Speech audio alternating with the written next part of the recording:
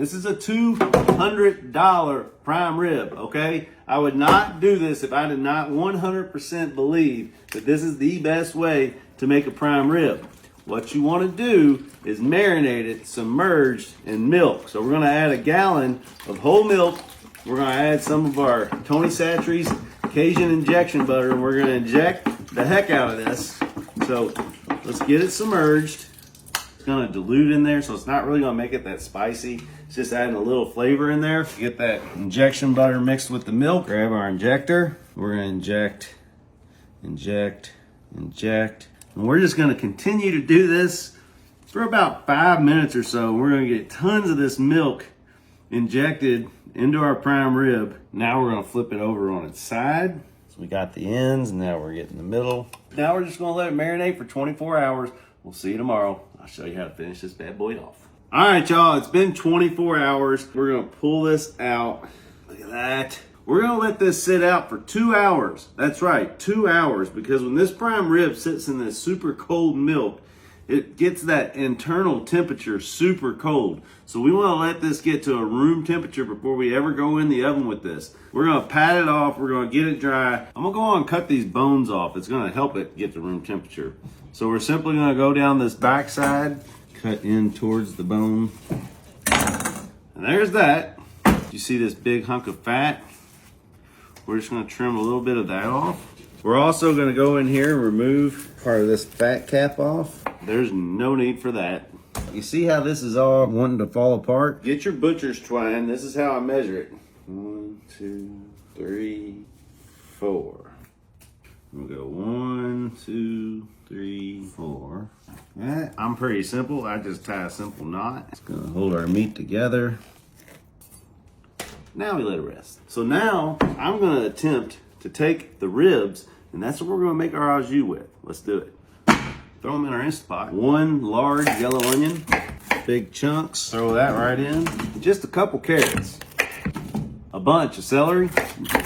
Now let's flavor it up. We're going to go in with a heaping tablespoon of this beef broth paste. Get that in there. Half a stick of butter. 1 whole head of garlic. We're going to cut the end off. Try and cut the root end off. And there's all our little garlics. We'll just add those in. Now it's time for the Dan-O's Original. That's the green top. This is amazing for making any sort of broth. So we're going to add us a good, probably 2 tablespoons of the Dan-O's OG. And now for the last step, we're going to add 2 cups of water. You might think, oh, you need more water in there. You really don't, because those vegetables are going to create a lot of broth as well. So we're going to do this for 2 hours. That's going to extract all that flavor out of the bones and out of the meat. And hopefully this ends up being some awesome au jus. So we're going to give it 2 hours, high temp. All right, we have rested for 2 hours. Look at that. So it's time to season this bad boy up, and we're going into our oven.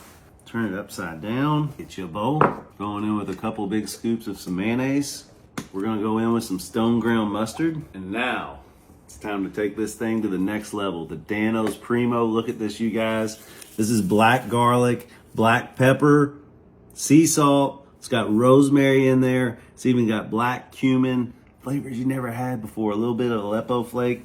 So we're gonna go in with a bunch of this into our mix. We're gonna get that mixed up. Now, simply gonna rub this in. Smells amazing, actually. Nice and coated, just like that. All right. Now we're gonna pop the top on our Preem-O again. Give it another nice little coating, just like that. So now you need one of these in a baking pan. Lay it right in the middle. Now we're gonna go in with the rest of our mayonnaise and rub it on the top. Now it's time for the last sprinkle. And now into our 275-degree oven we go, just like that. It's been 2 hours. All right, come look at this. Look at how tender that rib is. Wow. All right, we're gonna try that.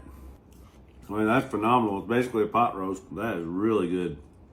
All right, now that we got our meat set to the side, this is what I'm gonna do. I'm gonna put everything back in here, strain out the big stuff, and that's gonna be our au jus. Add our juice to our pot.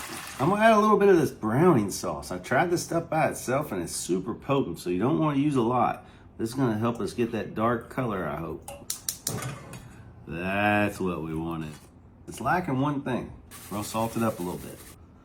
All right, so our flavor is off the charts, but I'm gonna try something. I'm gonna try and take the fat out of this.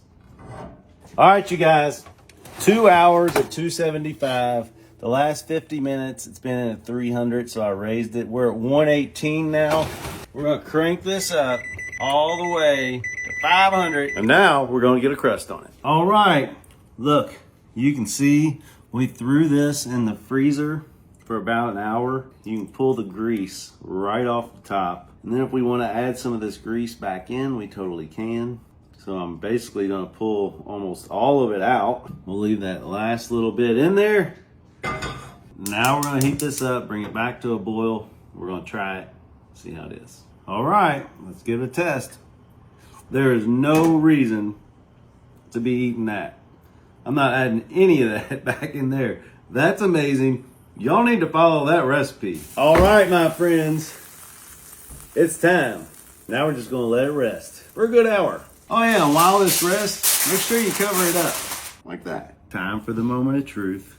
Look how juicy that is. Wow. I'm gonna give it a little one of them. Wow. That looks awesome. Pull that off. If you gently pull it and press down, you can kind of keep your crust on. Look at that. Learn something. Remove our strings. Get back to cutting. It smells amazing.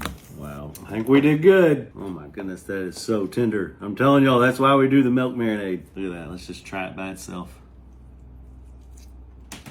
Nope. Nobody is making a prime rib that tender without milk marinating. Oh my goodness. Wow. Look at this. Dipping our au jus.